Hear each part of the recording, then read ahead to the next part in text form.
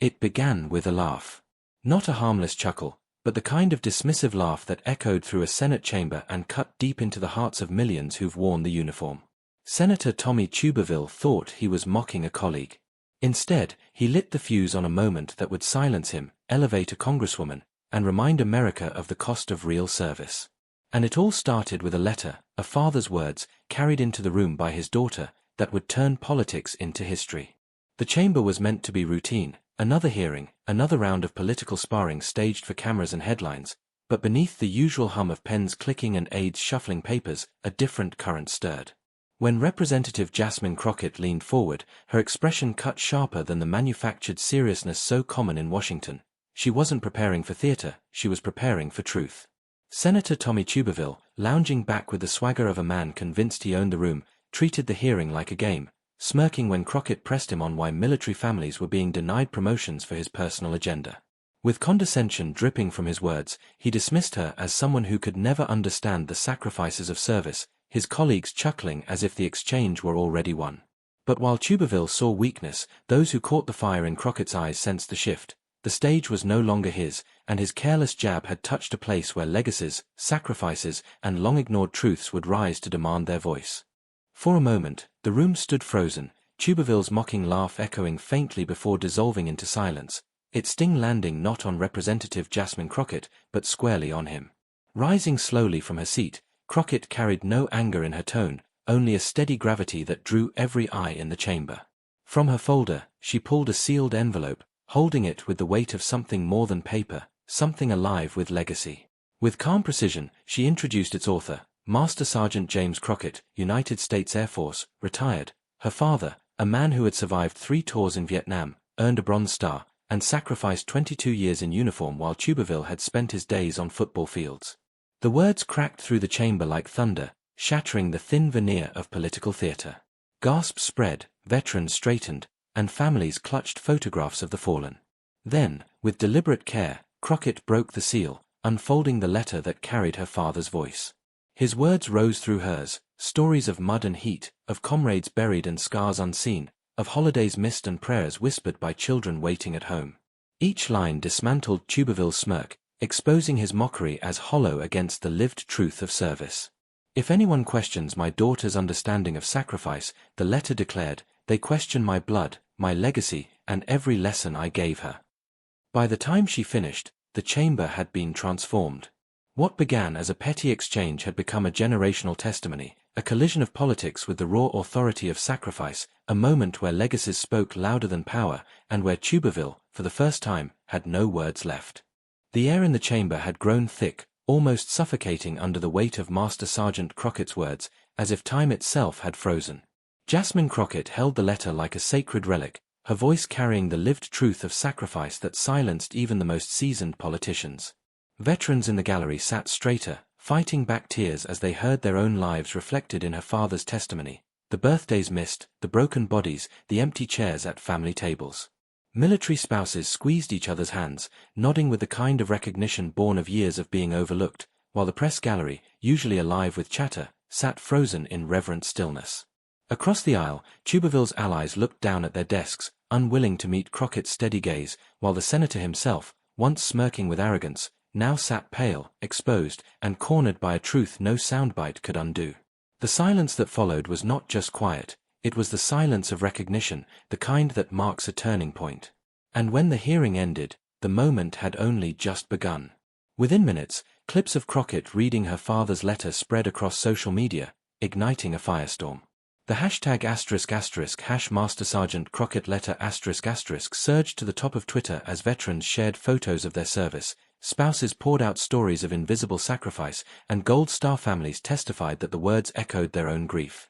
TikTok filled with salutes, tearful responses, and stitched reactions from young veterans who finally felt seen. Mainstream media followed suit, airing the footage without interruption and replaying the letter's most devastating lines, truths that transcended party politics. Tuberville's laugh, once a weapon, was now a symbol of arrogance, ridiculed in headlines and condemned in editorials from veterans across the spectrum. By contrast, Jasmine Crockett emerged as something larger than a politician, the carrier of her father's legacy, a voice for families who had too long been unheard. Donations poured in, advocacy groups rallied to her side, and Master Sergeant James Crockett himself was suddenly lifted into the national spotlight, his decades of sacrifice honored anew.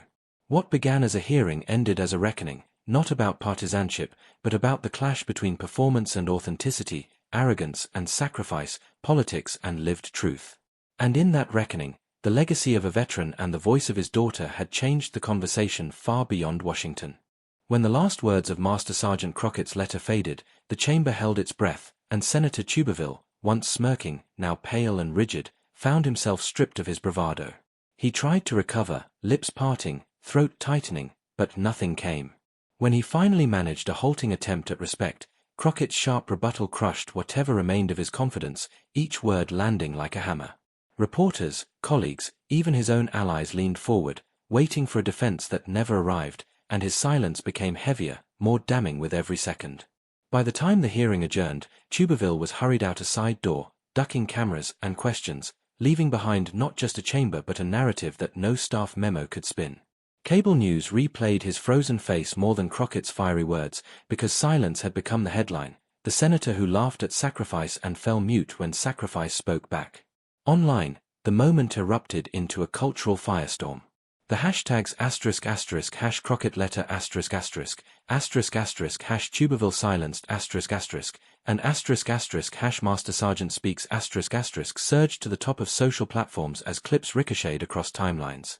Memes compared Tuberville's football career to Master Sergeant Crockett's 3 Vietnam tours. One led a team.